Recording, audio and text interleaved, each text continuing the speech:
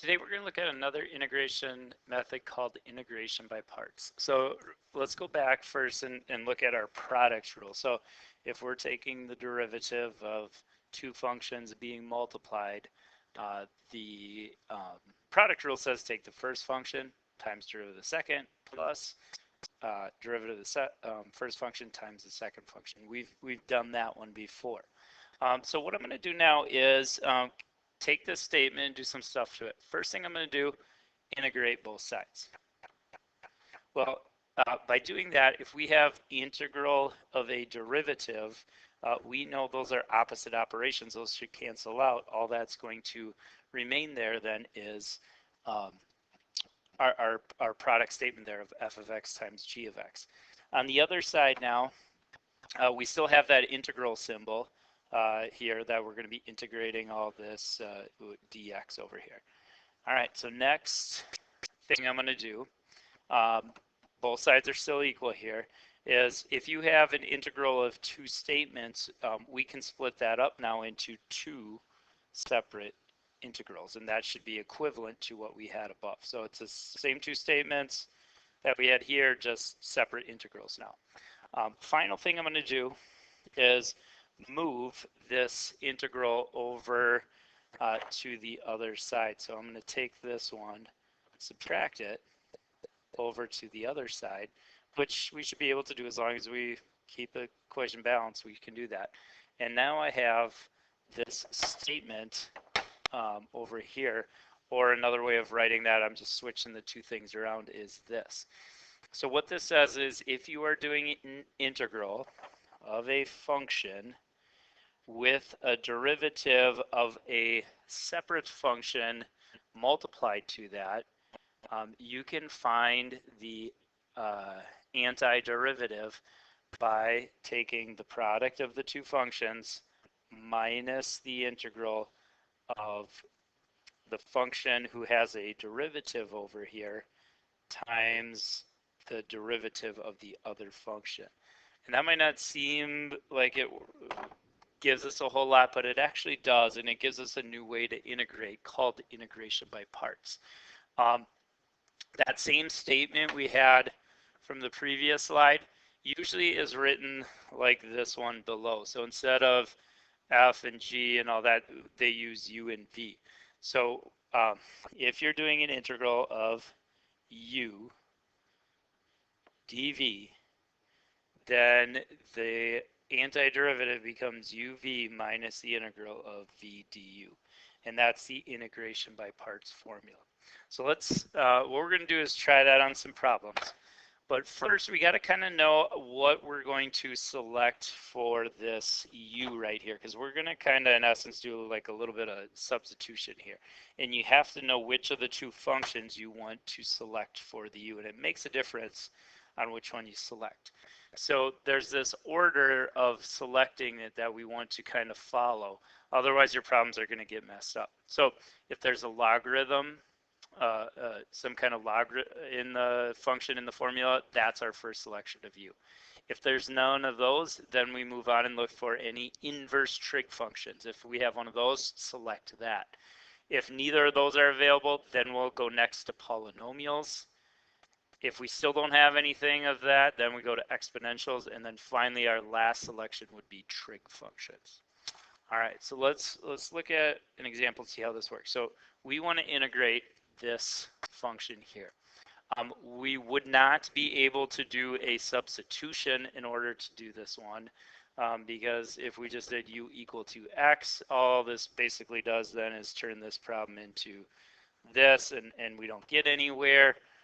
We also would not be able to do a substitution for the sine x, because derivative then would be cosine x dx, and so there's this cosine where there's no way to get rid of that either. So we're stuck without a way to do this integral, and the integral would not just simply be the antiderivative of both of these. Would not just be something like this. That's not the answer. So what we're going to do is apply this integration by parts formula. So first thing we want to do is select what is u going to be, and that's where that list we just had comes into play. So we want to look, is there any logarithms? Logarithms is the first choice. We don't have a, these are our two functions here. We do not have a log function. Do we have an inverse trig function? We have a trig function, but it's not an inverse one, so we don't have that. Do we have a polynomial function? Yes, this is a polynomial function here. The second one is a trig function. As you can see from the list we had, polynomials are above trig. So our selection on this problem for u is going to be x. Okay, so then what we're going to do next is write down, or we're going to set the rest of that stuff equal to dv. So the remaining part of that integral is sine x dx. Okay, so next thing, to find what this is equivalent to, we need to know what is du is one thing, and we also need to know what v is twice here. So to get the du, what we are going to do is take the derivative of this side, and that should give us our du. So derivative of the left side would be our du. Derivative of x is 1 dx. So on that side, we take derivative. On this other side, we want to use this to find our v.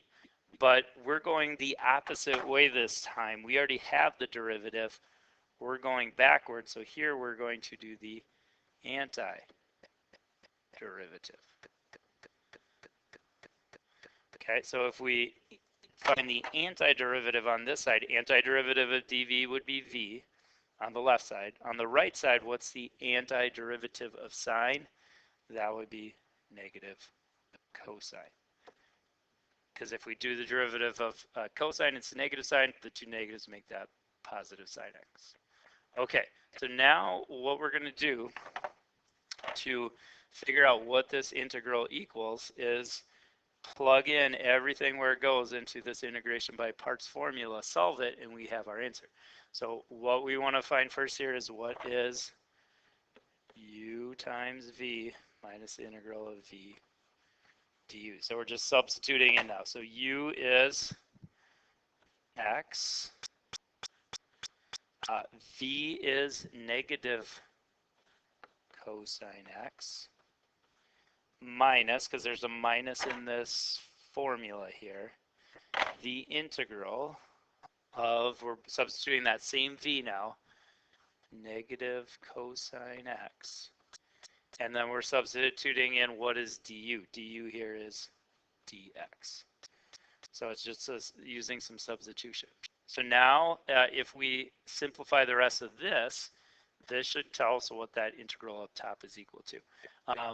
On this first part, there's nothing really we can do other than multiply those. I'm going to write the negative out front. So negative x cosine x.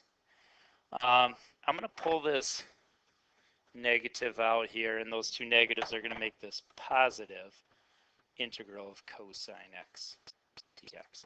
Okay, so what is the antiderivative of cosine? That would end up being sine x.